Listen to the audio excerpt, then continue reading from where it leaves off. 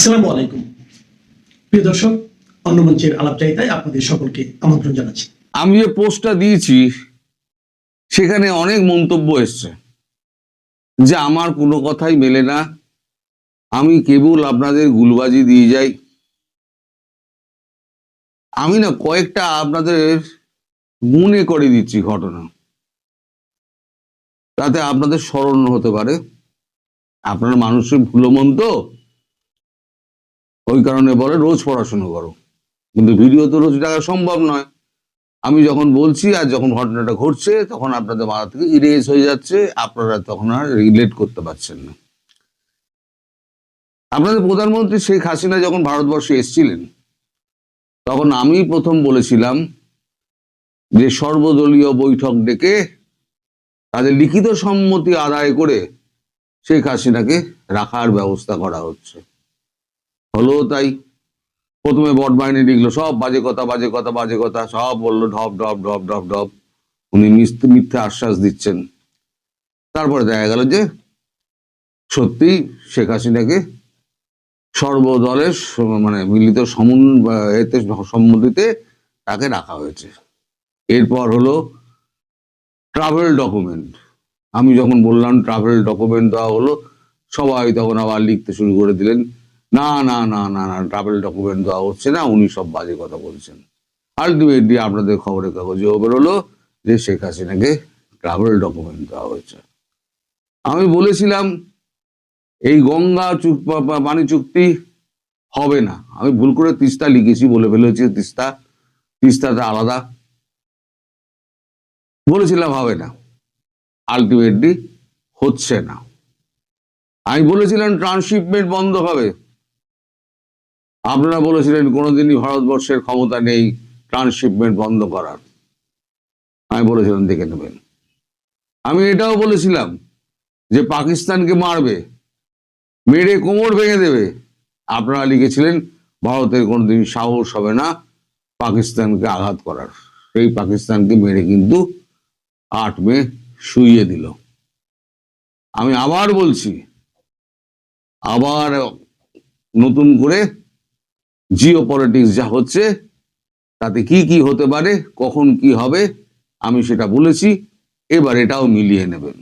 মানে আমি যেগুলো বলেছি আপনাদের স্মরণ করিয়ে দিলাম, দেখুন আপনাদের সেই কথাগুলো আমার মিলেছে কিনা। এখন যে কথাটা আমি বলছি সেটাও আপনাদের মিলবে। এই যে আপনাদের দেশ জোড়া এখন ভারত বিরোধী জিগির একটা উঠেছে না, এই জিগিরে আমাদের দেশের মানুষ কিন্তু উত্তপ্ত হয়ে গেছে। তারা এমএলএ কে বলছে, এমএলএ এমপি কে বলছে, এমপি লোকসভায় বলছে, লোকসভা থেকে রাজ্যসভা আলোচনা হচ্ছে, এই সমস্ত কিন্তু হচ্ছে। যখন এই চাপটা যখন ধীরে ধীরে বাড়লো, এবং আপনারা জানেন যে এপ্রিল মে মাসে আমাদের বিধানসভা ভোট আছে পশ্চিমবঙ্গে, এরপরে তামিলনাড়ু আছে, তারপরে আপনার মণিপুর না মিজোরাম সেখানে একটা আছে, খুব আমি শিওর না, ওখানে কোনো একটা রাজ্যে আছে।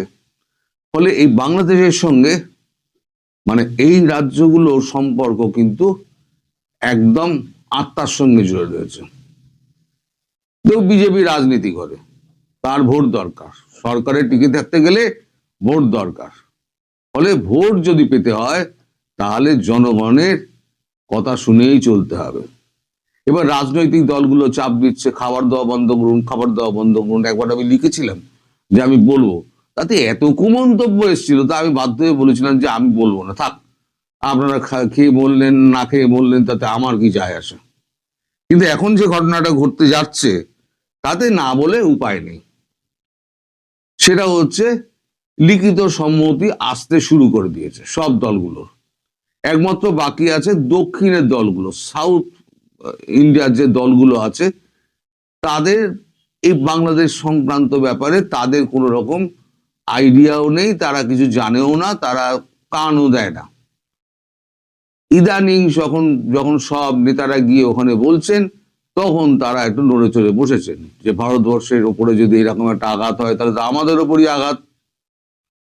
সেই সাউথ ইন্ডিয়ার দলগুলোর বোধহয় গোটা 20-25 দল আছে, ছোট বড় মিলিয়ে তাদের কাছ থেকে এখনো সম্মতি পত্রটা পাওয়া যায়নি। ভারত করে কেন? ভারত এই কারণে করে, ভারতে যে বিরোধী শক্তি আছে না, এই বিরোধী শক্তি যারা আছে তারা মানে নিজের জায়গায় মানে কখনো এক জায়গায় থাকে না, একমত থাকে না। আজকে যারা এই বিরোধিতা করছে, যখন বাংলাদেশে যখন চূড়ান্ত মানে খাদ্য সংকট দেখা দেবে, একেবারে মানে না খেয়ে মানুষ মরার মতো অবস্থা হয়ে যাবে, তখন এরাই তখন ত্রাহি চিৎকার করতে শুরু করে দেবে যে ভারতবর্ষের প্রধানমন্ত্রী নরেন্দ্র মোদী নৃশংস ভূমিকা অবতীর্ণ হয়েছেন। একেবারে কার্টুন ফার্টুন একে নরেন্দ্র মোদীর গোষ্ঠীর পিণ্ডি পাকিয়ে দেবে। নরেন্দ্র মোদী ওই জন্য ঠিক করেছেন যে এবার আমি শেখ হাসিনার বেলায় এরকম আমি করেছিলাম, পরে যাতে ট্যাপও না করতে পারে, আমি এবারে লিখিত সম্মতি আদায় করে নেব। উনি তাই বলেছেন সব দলকে লিখিত সম্মতি দিতে হবে। লিখিত সম্মতি সব দল দিয়ে দিলে পরে আমি খাদ্যশস্য বয়কট বন্ধ করে দিলাম, সমস্ত কিছু বন্ধ করে দিলাম, ট্রান্সশিপমেন্ট বন্ধ করে দিয়েছি, সমস্ত কিছু বন্ধ করে দিয়েছি। এইবারেতে কোনো দল কিন্তু যেহেতু লিখিত দিয়ে দিয়েছে, তারা আর পার্লামেন্টে এসে ঝড় তুলতে পারবে না। এটাই হচ্ছে মোদিজির খেলা। আমি কালকে একটা চ্যানেলে বলেছিলাম, মোদিজিকে যারা বুঝতে পারেন না, মনে করেন ভীতু কাপুরুষ, তারা মোদিজির কুটনীটাই বুঝতে পারেন না। মোদিজি হলেন জেফ্রি বয়কট কিংবা আমাদের সুনীল গাভাস্কারের মতো টুকে টুকে খেলার প্লেয়ার। ধীরে ধীরে ধীরে ধীরে দেখুন নাই আপনার এই বলেছিলাম ওই চুক্তি হবে না, ওই আমাদের যে বাণিজ্য চুক্তি হবে না, মনে পড়ে?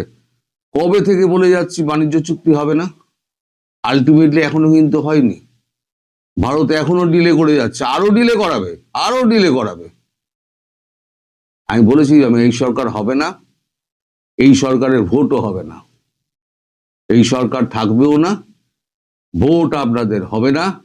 আমি শুরুর দিন থেকে বলে যাচ্ছি ভোট হবে না, এখনো বলে যাচ্ছি ভোট হবে না। ভোট হলে পরে তখন আপনি আমাকে গালাগালি দিয়েন। ফলে এখন দেখুন আমি যেগুলো বলেছি সেগুলো কিন্তু সবকটাই সত্য হয়েছে। এখন এই যে অবস্থা দাঁড়িয়েছে তাতে কি হচ্ছে, আমাদের এত ভারত বিরোধিতা করা হয় পদে পদে। এই মুস্তাফিজুর রহমান, তার সঙ্গে কিন্তু ভারতের কোনো সম্পর্ক নেই, সে কিন্তু বিসিসিআই এর, যদিও বিসিসিআই এর উচিত হয়নি এটা, আগে থেকেই বিসিসিআই এর বলে দেওয়া হয়েছিল এবারে আমরা বাংলাদেশকে নেবো না, তাহলে মুস্তাফিজুর আসতেন না, তিনি এসব মরিত হলেন। এটা আমাদের বিসিসিআই এর দোষ, এটা কিন্তু আমি স্বীকার করি, মানে যেটা স্বীকার করার সেটা স্বীকার করি আমি।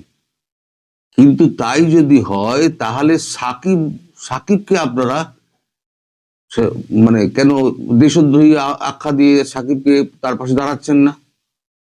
দেশদ্রোহী আখ্যা দিয়ে তার বেলাতে কিছু বলছেন না তো, তখন আপনাদের গায়ে লাগে না, সাকিবের বেলা আপনাদের গায়ে লাগে না। অথচ সাকিব হচ্ছে এমন একজন প্লেয়ার যিনি বাংলাদেশকে চিনিয়েছেন, বিশ্বের মাঠে কিন্তু সাকিব প্রথম চিনিয়েছেন। তারপরে কিন্তু মুস্তাফিজ যত এসছে, মুস্তাফিজুর রহমান, তারপর আরো যারা এসছে, আপনার প্রাক্তন ক্যাপ্টেন ছিল যিনি পরে এমপি হলেন, এই মুহূর্তে আমার নামটা মনে পড়ছে না, তিনি, এনারা সমস্ত পাত প্রদীপের আলোয় আসেন। এর দিকে আপনারা ভারত বিরোধিতা করছেন, ওই দিয়ে চালও নেবেন, আবার তেলও নিচ্ছেন। একজন খুব মজা করে ভালো লিখেছে, মুস্তাফিজুর রহমানকে বার করে দেওয়ার প্রতিবাদে ভারত থেকে বাংলাদেশ 1,80,000 লিটার তেল কিনলো প্রতিবাদে। খুব বুদ্ধিমানের মতো খুব সুন্দর করে লিখেছে, আমি গুছিয়ে বলতে পারলাম না, ব্যাপারটা এরকমই উনি যেটা লিখেছেন। তো এই যে জিনিসগুলো এখন হচ্ছে না, এই যে ভারত বিরোধিতাও করবেন অথচ ভারতের মালও খাবেন, এটাই ভারতবর্ষের মানুষ সহ্য করতে পারছেন না। মানে এদের খেয়ে খেয়ে খেয়ে খেয়ে না অনেক চর্বি জমে গেছে, এখন এদের চর্বি একটু কমানো দরকার, তাই এদের চর্বিটা এখন কমানো হচ্ছে। এইবার দেখুন আর একটা, আমি যেটা বলেছিলাম যে ভিসা সম্পূর্ণভাবে বন্ধ হবে, এটা লাস্টে বলছি এই কারণে যে এটা আজকে আমাদের কাগজে বেরিয়েছে, এই দেখে দিন। পড়তে পারছেন? এবার আমি পড়ে শোনাচ্ছি আপনাদের। ভারতীয়দের জন্য পর্যটক ভিসা দেওয়ার পুরোপুরি বন্ধ করে দিল বাংলাদেশ, নিরাপত্তা সংক্রান্ত উদ্বেগ নিয়ে সিদ্ধান্ত নিল ঢাকা। আপনারা এটা করে দিয়েছেন, বাংলাদেশ এটা দেখিয়ে দিয়েছে পথটা। তাহলে এগিয়ে আছে কি আপনারা বলুন? এই যে ভারত বাংলাদেশ সম্পর্ককে অবনতির জায়গায় নিয়ে যাচ্ছে কে? ভারত কিন্তু এখনো পর্যন্ত টুকটাক ভিসা দিয়ে যাচ্ছে, খুব অসুস্থ মানুষকে কিন্তু ভিসা দিয়ে যাচ্ছে ভারতবর্ষ। তারপরে আপনাদের দেশ থেকে যে সমস্ত মানে কর্মকাণ্ড হচ্ছে, তারপরে আপনারা কি মনে করেন ভারতীয়রা আপনাদের পাশে থাকবে? এখন যারা ট্রিটমেন্ট করতে আসছেন না এখানে, তারাও কিছুটা বিপদে পড়ছেন। আমার এলাকাতে আমি নিজে দেখেছি, আমি নিজে তাদেরকে গিয়ে আমি রক্ষাকর্তা হয়ে আমি দাঁড়িয়েছিলাম। এত হেনস্থার শিকার হচ্ছিলেন। এখানে কেউ ঘর ভাড়া দেবে না, ঘর এমনি পড়ে রয়েছে, পড়ে থাক। এখানে সে ভাড়া নেয় তো ঘর ভাড়া দেবে না, থাকবেন কোথায় শীতের রাতে? এটা পরশু দিনের ঘটনা, আমি বলতে ভুলে গেছিলাম আপনাদের। সুতরাং এখানে এসে কিন্তু আপনারা খুব একটা শান্তিতে থাকবেন না। ভারতের সঙ্গে শত্রুতা করে একটা বৃহৎ গণতান্ত্রিক রাষ্ট্র যার উপরে আপনারা নির্ভর করছেন, তার সঙ্গে শত্রুতা করে আপনারা কদিন টিকতে পারবেন? এই যে খাদ্যপণ্য এই যে বন্ধ হওয়ার সিদ্ধান্ত, তেল ফেল বন্ধ হওয়ার সিদ্ধান্ত, যন্ত্রপাতি মানে আপনার গাড়ির যন্ত্রপাতি সমস্ত কিছু বন্ধ হয়ে যাবে। আপনার বর্ডারগুলোকে পুরো সিল করে দেবে। সিল করে দিলে কি হবে? এবার আপনাদের গাড়িগুলোও চলবে না, অকেজো হয়ে যাবে, আপনার তেল পাবেন না, আপনি খাবার পাবেন না, আপনি মানে মানে মানে একটা দ্বীপের মধ্যে আপনারা বন্দী হয়ে যাবেন। আপনারা সেটাই চাইছেন। আপনারা বলছেন ফেলো করি মাখো তেল, তেল মাখুন। আপনারা যত খুশি পাকিস্তান থেকে, দুবাই থেকে ভারতীয় চাল কিন্তু পাকিস্তান নিয়ে যাচ্ছে, দিয়ে আবার পাকিস্তান থেকে আবার বাংলাদেশে আসছে, ঘুরিয়ে নাক দেখানোর মতো অবস্থা। মানে যেমন পাকিস্তান তেমন হচ্ছেন আপনারা। মানে ভারতের মালটা 80 কিলোমিটার পেরোলে ঘরে চলতো, ঢুকে যেত, সেটা যাচ্ছে প্রথম দুবাই, আর দুবাই থেকে যাচ্ছে পাকিস্তান, পাকিস্তান থেকে আসছে এখানে। মালয়েশিয়াও তাই, স্টেট অফ ব্রুনেও তাই, যেখানেই আপনি যাবেন সেটা হচ্ছে ভারতীয় মাল। ফলে ভারতের সঙ্গে সুসম্পর্ক রেখে যদি চলতেন, তাহলে পরে আপনাদের এত দুর্দশা হতো না। আর হ্যাপি দিওয়ালির কথা বলছেন, আমি যেভাবে বলেছি হ্যাপি দিওয়ালি হবেই, এবং হবে মানে হবে। আমি এটা পাকিস্তানের বেলা বলেছি, বাংলাদেশের ব্যাপারে বলছি। এবার হ্যাপি দিওয়ালির দিকে ধীরে ধীরে যাচ্ছে। আগে খাদ্যপণ্যটা বন্ধ যেদিন হবে, আমি বলেছিলাম অনেক আগে, যেদিনকে খাদ্যপণ্য সরবরাহ বন্ধ হবে, আপনাদের বাংলাদেশের আকাশে কিন্তু কালো মেঘের ঘনঘটা গড়াবে। সেটা এখন এসে দাঁড়িয়েছে। সবাই ভালো থাকবেন। হঠাৎ করে বাংলাদেশের জাতীয় নিরাপত্তা উপদেষ্টা ডক্টর খলিলুর রহমান কেন আমেরিকায় গেলেন? আমেরিকা কি তাকে ডেকে পাঠিয়েছে? এর পাশাপাশি আরো কিছু ঘটনা বাংলাদেশে ঘটেছে, আজকে সেই বিষয়গুলো নিয়ে আপনাদের সাথে কথা বলবো। কিছু অজানা তথ্য আপনাদের সামনে আসবে, একদম শেষ পর্যন্ত দেখবেন বলে আশা করি। আর একটা ছোট্ট আনন্দের খবর জানিয়ে শুরু করি, যে এই রূপান্তরের সত্যের এই চ্যানেলে সাবস্ক্রাইবারের সংখ্যা 1 লাখ অতিক্রম করেছে। আরো 2-3 দিন আগে আমি বলবো করেও আমার আসলে বলা হয়নি। আপনাদের সবার প্রতি কৃতজ্ঞতা, সবাইকে ধন্যবাদ। আপনাদের এই সমর্থনের কারণেই আমি অনেকটা ক্যাজুয়ালি শুরু করেও আজ প্রায় 16 মাসের মতো হলো চ্যানেলটি নিয়ে আছি। প্রায় প্রতিদিনই আপনাদের সামনে হাজির হচ্ছি কোনো না কোনো বিষয় নিয়ে। যাই হোক, ডক্টর খলিলের বিষয় নিয়ে আসছি। তার আগে একটু পেছনে যেতে চাই, যে আপনাদের কি মনে আছে যে কক্সবাজার জেলার পেকুয়া বাজার একটা বাজার আছে, এটা পেকুয়া বাজার, ওখানে একটা উপজেলার আন্ডারে একটা মেইন বাজার, ওটা ব্যবসায়িক ভাবে ভীষণ ইম্পর্টেন্ট। এবং আমি একটা 19 তলা হোটেলের কথা বলেছিলাম, যেটা নিচের তলাটা ছিল পানশালা, রেস্টুরেন্ট এসব, এবং তারপরে উপরের দিকে ছিল মানে থাকার জায়গা। এই 19 তলা হোটেলটির মালিক ছিল মোস্তফা মাঝি, এবং এই হোটেলটি বেশ কয়েক মাস আগে হঠাৎ করে বন্ধ হয়ে যায়, যখন টেকনাফে আরাকান আর্মিকে ডক্টর ইউনূসের প্রশাসন ব্যাগ দিচ্ছিল, এবং সেখানে আরাকান আর্মিরা সেখানে মানে বিয়ে করছে, ঘর বাড়ি করে থাকছে। তো সেই অবস্থায়, এবং সেখানে অনেক মার্কিন আহ, সেনা, মার্কিন প্রশাসনের লোকজনের আসা যাওয়া ছিল, যে কারণে সেখানে তাদের মনোরঞ্জনের জন্য একটা পানশালা করা হয়েছিল। 3-4 দিন আগে হঠাৎ এই মোস্তফা মাজিকে তার বাসায় মৃত অবস্থায় পাওয়া গেছে। তারা মোস্তফা মাজিকে হত্যা করেছে সেটা এখনো জানা যায়নি। এমনকি মোস্তফা মাজির মতো একজন গুরুত্বপূর্ণ লোক ওই পেকুয়া বাজারে, তার মৃত্যুটা নিয়ে তেমন কোথাও কোনো আলোচনা বা আমাদের প্রধান প্রধান গণমাধ্যমে বিষয়টি আসছে বলে আমার চোখে পড়েনি।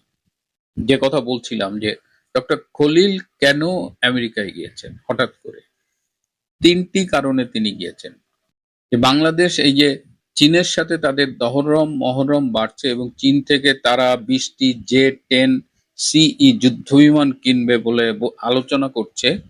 কেন এই যুদ্ধ বিমানগুলো চীন থেকে বাংলাদেশ কিনবে, এই প্রশ্নটি মার্কিন আহ, কর্তৃপক্ষ ডক্টর খলিলকে করবে। ডক্টর খলিল মূলত পল কাপুরের সাথে মিটিং করবেন, যিনি assistant state secretary for south Asia. আবার ভারতে যিনি মার্কিন রাষ্ট্রদূত সার্জিও গার, তার সাথেও ডক্টর খলিলের মিটিং হওয়ার কথা। এর বাইরে ট্রাম্প প্রশাসনের আরো 2-1 জনের সাথে মিটিং হওয়ার কথা। সুতরাং এই যে চীন থেকে যুদ্ধ বিমান কেনা, চীনের সাথে দহরম মহরম, এই প্রশ্নটি ডক্টর খলিলকে করবে। আরেকটা বিষয়, যে আপনারা সোনাদিয়া দ্বীপের নাম শুনেছেন, আমরা তো বারবার সেন্ট মার্টিন দ্বীপের কথা বলছি, যে সেন্ট মার্টিন দ্বীপ আমেরিকা নিয়ে নেবে, কিন্তু আমেরিকার কুনজর পড়েছে সোনাদিয়া দ্বীপের উপরে। এই সোনাদিয়া দ্বীপের কাছে, সোনাদিয়াটা হলো মহেশখালী উপজেলার মধ্যে, এই সোনাদিয়া দ্বীপের কাছে একটা গভীর সমুদ্র বন্দর হবে। এই সমুদ্র বন্দরটা কে করবে, এটা নিয়ে চীন অনেক ঘোরাঘুরি করছে। আবার সোনাদিয়া দ্বীপটাকে একটা ইকো পার্কের মতো করবার জন্য শেখ হাসিনা সরকার চেয়েছিল জাপানের সাথে একটা আলোচনা করতে, কারণ এটা আবার এই প্রাকৃতিকভাবে খুব সমৃদ্ধশালী, এবং এটাকে বলা হয় যাযাবর পাখিদের দ্বীপ।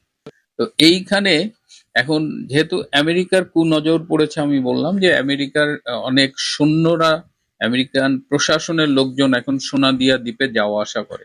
এই সোনাদিয়া দ্বীপে খুব রিসেন্টলি হত্যাকাণ্ড বেড়ে গেছে, বেশ কিছু খুন হয়েছে এখানে, এবং এই খুনগুলো নিয়ে ট্রাম্প প্রশাসন ভীষণ উদ্বিগ্ন, এবং তারা জানতে চায় যে এই খুনগুলো কারা করছে। স্বভাবতই যখন এই সোনাদিয়া এই খুনগুলো হচ্ছে, অনেকেই বলছে যে ভারতের এখানে হয়তো কোনো হাত আছে, কিন্তু ভারতের পক্ষ থেকে এটি অস্বীকার করা হচ্ছে, এবং ট্রাম্প প্রশাসনও মেনে নিচ্ছে হয়তো এটা ভারত করছে না। তাহলে এই ঘটনাগুলো কারা ঘটাচ্ছে, এটি নিয়ে আলাপ করবে এই ডক্টর খলিলের সাথে। কারণ এখন আরাকান আর্মি কিন্তু অনেকটা ব্যাকফুটে চলে গেছে, মাঝখানে তাদের যে একটা জয় জয়কার ছিল সেই জায়গাটা তারা নেই, তারা পিছু হটেছে।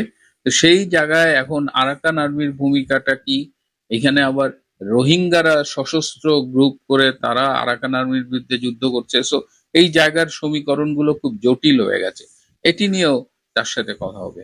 আর সবচেয়ে গুরুত্বপূর্ণ যে আলোচনাটা ডক্টর খলিলের সাথে হবে, সেটা হলো যে সবাই চাচ্ছে বাংলাদেশে একটা ইনক্লুসিভ নির্বাচন হোক। আপনারা দেখেছেন যে বাংলাদেশের নির্বাচন পর্যবেক্ষণ করতে জাতিসংঘ কাউকে পাঠাবে না। কদিন আগে কমনওয়েলথের দেশগুলোর অ্যাসোসিয়েশনের মহাসচিব এসেছিলেন, তিনিও বলে গেছেন যদি ইনক্লুসিভ ইলেকশন না হয় তারাও কোনো পর্যবেক্ষক পাঠাবেন না। IRI যারা বাংলাদেশে থাকে, যারা কদিন আগে একটা ভুয়া জরিপ করে বলল যে 70%-এর মতো লোকজন ইউনূসকে সমর্থন করে, তারাও এই নির্বাচন পর্যবেক্ষণ করতে আসবে না। এরকম 7টা প্রধান পর্যবেক্ষক সংস্থা বাংলাদেশে আসবে না। মানে যেহেতু ইনক্লুসিভ নির্বাচন করার এখনো পর্যন্ত অবস্থা তৈরি হয়নি, ইউনূস এখনো ঘোষণা দেয়নি বা ইউনূস সরে যায়নি, সুতরাং এই যে আওয়ামী লীগকে বাদ দিয়ে যে লোক দেখানো একটা পক্ষপাত দুষ্ট দুর্বল নির্বাচন হবে, সেই নির্বাচনে পর্যবেক্ষক পাঠিয়ে সময় এবং অর্থের অপচয় করতে চায় না। এইসব জাতিসংঘ, কমনওয়েলথ, এইসব সংস্থাগুলো। তো এই জায়গায় আমেরিকা ট্রাম্প প্রশাসন ডক্টর খলিলকে ডেকেছেন এ কারণে যে বারবার তার কাছে এই ডক্টর খলিলের মাধ্যমে কিন্তু মেসেজগুলো ডক্টর ইউনূসকে দেওয়া হয়েছে। এই যে কাতারে মিটিং হয়েছে, দিল্লিতে মিটিং হয়েছে, যে বাংলাদেশে একটা ইনক্লুসিভ নির্বাচন হোক। তো আমেরিকা এখন জানতে চায় যে বারবার বলা সত্ত্বেও কেন এই ইনক্লুসিভ নির্বাচনটা হচ্ছে না, বা এখন এ পর্যন্ত কোনো ঘোষণা হচ্ছে না। এই বাংলাদেশের বর্তমানে নির্বাচনকে ঘিরে কি অবস্থা, এই পুরো বিষয়টা নিয়ে আলোচনার জন্যই ডক্টর খলিলকে ডেকেছেন। অনেকেই বলার চেষ্টা করছে যে ডক্টর খলিল আসলে গিয়েছে এই যে এখন বাংলাদেশ থেকে কেউ যদি আমেরিকান ভিসা অ্যাপ্লাই করে, বিশেষ করে বিজনেস ভিসা বা ট্যুরিস্ট ভিসা বা ভিজিট ভিসা, তাহলে তাকে একটা বন্ড মানি ডিপোজিট হিসেবে দিতে হবে। তো এই বন্ড মানিটা যেন না দিতে হয়, এই তদবির করবার জন্য ডক্টর খলিলকে আমেরিকায় পাঠানো হয়েছে। এটি আসলে অসত্য তথ্য। ডক্টর খলিল আমেরিকায় যাবে সেটি আগেই সিদ্ধান্ত হয়েছে। তারপরে এই ট্রাম্প প্রশাসন এই ঘোষণাটা দিয়েছে যে 38টা দেশের এখন ভিসার সাথে, বিশেষ করে যদি ভিসা পায় তাহলে তার সাথে ভিসা বন্ড মানি দিতে হবে। আপনি মানে 38টা দেশের নাম দেখলে আপনি দেখবেন আমাদের দক্ষিণ এশিয়া আছে নেপাল, ভুটান, আর অধিকাংশ আফ্রিকার এই যে নাইজেরিয়া বা এরকম উগান্ডা, জিম্বাবুয়ে, গাম্বিয়া, মানে যে নামগুলো আপনারা নাম শুনলে বোঝা যায় যে দরিদ্র, গরিব, যুদ্ধপীত। তো সেই জায়গায় এখন বাংলাদেশের নাম উচ্চারণ হচ্ছে। শেখ হাসিনার সরকার বাংলাদেশকে 2041 সালে উন্নত বিশ্বের দিকে নিয়ে যাওয়ার জন্য, 2030 সালের মধ্যে ক্ষুধা মুক্ত দেশ গড়বার জন্য এবং মধ্যমায়ের দেশ গড়বার জন্য একটা টার্গেট করেছিলেন এবং সেভাবে আগাচ্ছিলেন। ডক্টর ইউনূস সেখান থেকে একদম পা ধরে বাংলাদেশকে নিচে নামাচ্ছে এবং এখন বিশ্বের যে দেশগুলোর নাম শুনলে আমরা আমাদের চোখে এই ক্ষুধা মন্দা ভাসে, বাংলাদেশের নামটা সেই তালিকায় ঢুকে গেছে। ডক্টর ইউনূস এমন ম্যাজিক দেখাচ্ছেন যে তার ম্যাজিকের তুলনায়, অনেকে বলেন এটা ইউনূস ম্যাজিক, আমি বলি এটা ডক্টর ইউনূসের গালে ডোনাল্ড ট্রাম্পের চপেটাঘাত। এবং এই যে এখন এই যে ভিসা বন্ড ফি, এই বন্ড ফিটা কি, যাদের অলরেডি আমেরিকান ভিসা আছে এক্সিস্টিং তাদের জন্য এটা প্রযোজ্য না, কিন্তু নতুন করে যারা ভিসা অ্যাপ্লাই করতে যাবে তখন ওই ভিসা অফিসার 3টা ক্যাটাগরি, হয় $5,000, নাহলে $10,000, নাহলে $15,000 তাকে সিকিউরিটি ডিপোজিট দিতে হবে। সো ভিসার ইন্টারভিউর সময় আপনাকে অফিসার বলে দেবে যে তুমি এত টাকা ডিপোজিট দাও। এই ডিপোজিট দেওয়ার অর্থ হলো যে আপনি যখন আমেরিকায় যাবেন এবং আপনি ওই ভিসার শর্ত অনুযায়ী আপনি যদি ফিরে আসেন তাহলে আপনি ওই টাকাটা ফেরত পাবেন, অথবা আপনি ভিসা পাওয়ার পরে গেলেন না তখনও আপনি ওই টাকাটা ফেরত পাবেন, অথবা আপনি আমেরিকায় আসলেন, আমেরিকা এয়ারপোর্ট থেকে আপনি ঢুকতে পারলেন না তখনও টাকাটা ফেরত পাবেন। কিন্তু আপনি যদি শর্ত ভঙ্গ করেন, আপনি যদি আপনার ভিসার মেয়াদের মধ্যে যদি ফিরে না আসেন তাহলে আপনার ওই টাকাটা হয়তো সরকার, মার্কিন সরকার রেখে দিতে পারে। হ্যাঁ, আর সবকিছু ঠিক থাকলে তো আপনি টাকা ফেরত পাবেন। কিন্তু সমস্যা হলো যে অনেকের পক্ষেই, বিশেষ করে মধ্যবিত্তের পক্ষে এতগুলো টাকা একসাথে দেওয়া এবং ওই টাকাটা ফেলে রাখা, এটা অনেক সময় কঠিন হয়ে যেতে পারে। তবে এখানে 38টা দেশের তালিকায় বাংলাদেশের নাম আছে, এটি আমাদের জন্য একটা লজ্জার ব্যাপার আর কি। যদিও ডক্টর ইউনূসের লজ্জা নাই, তিনি হাসি হাসি মুখ করে আবার বলবেন। আবার এখন তার চামচারা বলতেছে যে ডক্টর খলিল গেছে এই ভিসার বন্ড মানির বিষয়টা ঠেকাতে। ডক্টর খলিল এই বিষয়ে আলোচনা করতে জানিনি, তাকে এই বিষয়ে ডাকাও হয়নি, and he is not the appropriate authority, কারণ এই ভিসার বিষয়গুলো পল কাপুর কিংবা সার্জিও গার্ড দেখেন না। সুতরাং ডক্টর খলিল গেছে মূলত বাংলাদেশে একটা এই নেক্সট নির্বাচন নিয়ে কথা বলতে, এবং ডক্টর খলিল 12 তারিখে ফিরবেন। আমার ধারণা যে হয়তো একই ফ্লাইটে বাংলাদেশে যে নতুন মার্কিন রাষ্ট্রদূত ব্রেন্ট ক্রিস্টেনসেন তিনিও আসতে পারেন আর কি। তো দেখা যাক ডক্টর খলিল বাংলাদেশের জন্য কি মেসেজ নিয়ে আসেন। আর ডক্টর ইউনূস, তার উপর আমেরিকান প্রশাসনের, বিশেষ করে ট্রাম্প প্রশাসনের আশীর্বাদের হাত কখনোই মাথায় ছিল না, কিন্তু আমেরিকা তার স্বার্থের বিষয়গুলো নিয়ে বাংলাদেশের সাথে ডিল করছে এবং এই ডিলিংসটা মূলত ডক্টর খলিলের মাধ্যমেই করছে। প্রিয় বন্ধুরা, আজ এ পর্যন্তই।